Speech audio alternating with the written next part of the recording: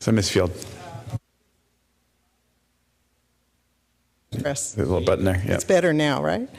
Thank you so much, and again, thank you to all of those who are here and to the esteemed legislators.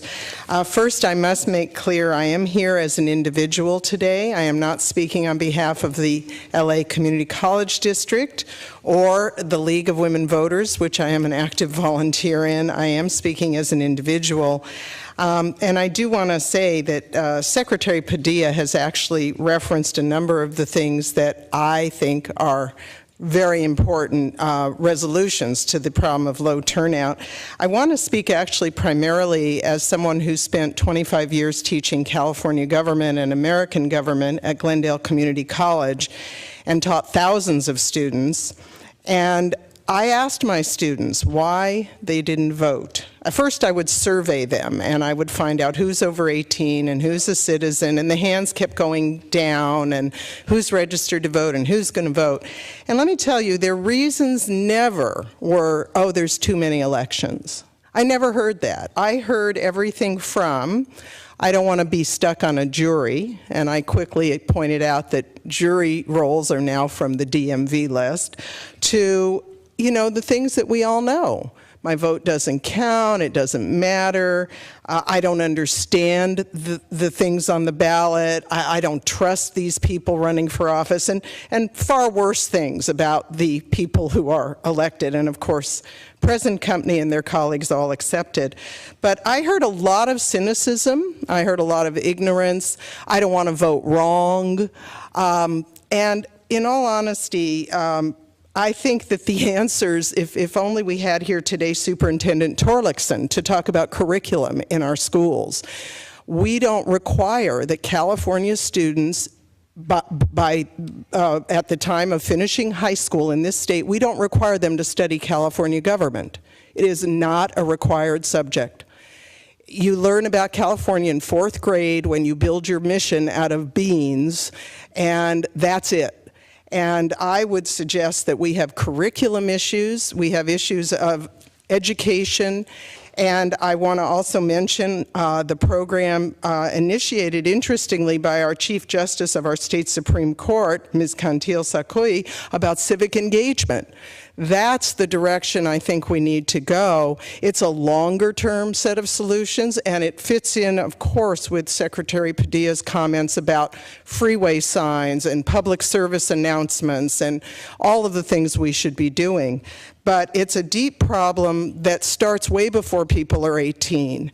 And so I feel it's an educational issue, and I must say very briefly on the topic of the 2 charter amendments that I do oppose, because I deeply fear that if our city elections, our school board, community college elections are beneath the Superior Court judges on the ballot, that will be the end of any focus or attention on these nonpartisan local offices.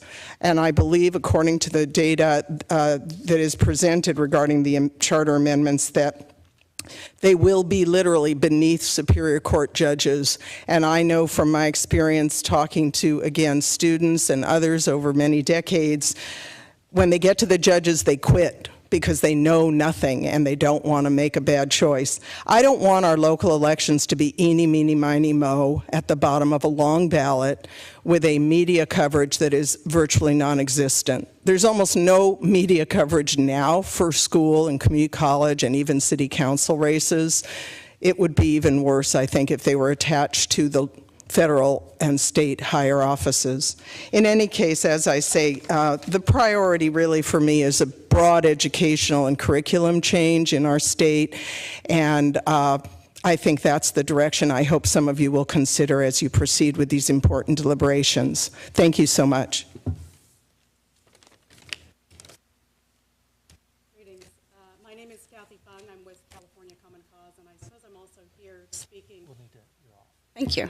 My name is Kathy Fung. I'm with California Common Cause, and I'm also speaking as one of the commissioners that spent a lot of time thinking about this issue of voter turnout, particularly in the city of Los Angeles.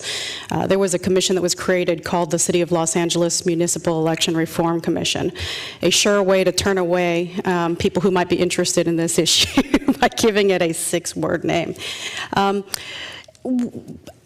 If I could just take a step back, we looked at this question about voter turnout for many, many years in Common Cause. And as our senators and assembly members know, there are a lot of bills that we've pushed to try to address the issue at the edges. Some of them have had huge impact, like creating the online voter registration system, where in a 1-month period, 800,000 new people registered to vote for the first time, 1/3 being under the age of 25. So that's huge, right? Some of them are going to come online eventually. By 2017, we're going to have same-day registration. And we know for a lot of our new voters, minority voters, young voters, the idea of a registration deadline that's 2 weeks beforehand is not something that somebody tells them, and so by the time they get all of the messages that an election's right around the corner, many of them find that they've missed the registration deadline. And so same-day registration is an attempt to try to address that, right? Give people who are eligible to vote and who want desperately to come to cast a ballot the last chance opportunity to do that just before the elections. But we've also been looking at other reasons why people are turned off, right? And really thinking about this, looking at research and academic studies. Clearly, there's a huge issue when our democracy only represents 1/3 or less of people who are eligible to vote. PPIC, the Public Policy Institute of California, put out a report in 2006. And the reason why it matters is because that sliver of voters, unfortunately, is not an even cross-section of the entire population of California. Far from it. They labeled it the exclusive electorate. Tends to be more white, older, more affluent, more likely to own homes, but not at all representative of the diversity that is California, which means that both in terms of policy decisions and the candidates that are elected, that there's a disconnect, right? Not everybody's voting, so the decisions that get made don't always reflect everybody's interests. Secretary Padilla talked a little bit about how that gets reinforced by campaigns that talk to a really specific narrow segment of the population, which is those people who vote most frequently. If you've got a few dollars to spend, you're going to focus on the 505 voters. We all know that, right? I thought that there was a really telling piece that was put out recently by Gary Hart, and he talked about how the reinforcement happens from campaigns who talk to limited number of voters, from parties, and let's just own this, right? Parties are always trying to figure out who's the front runner and clear the field of everybody else. And while that makes sense from a party perspective, from the voter's perspective, if you're going to run an election that only has one candidate or one viable candidate, it's not as interesting, right? And so what's the point of turning out? And then the third thing that he talked about was that money is always looking for the front-runner candidate. Sometimes it's about aligning ideological or policy choices. Sometimes it's just about looking for who the winning horse is going to be, because I want to bet on them so that I can have influence once they get into office, right? Which tends to then, again, it reinforces this idea that some people get in and it's a shoe-in race, and then other people, you know, it's not even worth talking about.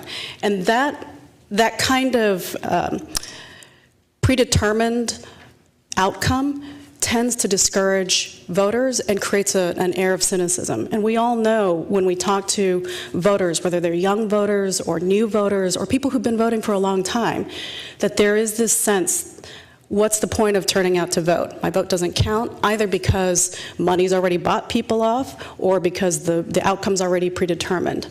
So part of blowing the boxes up is thinking about that, outside of just election administration, what can we do? And I'll just throw that out there. I've got a couple of ideas, but I know that one of the things that we oftentimes focus on is what's within the realm of what an election administrator can do.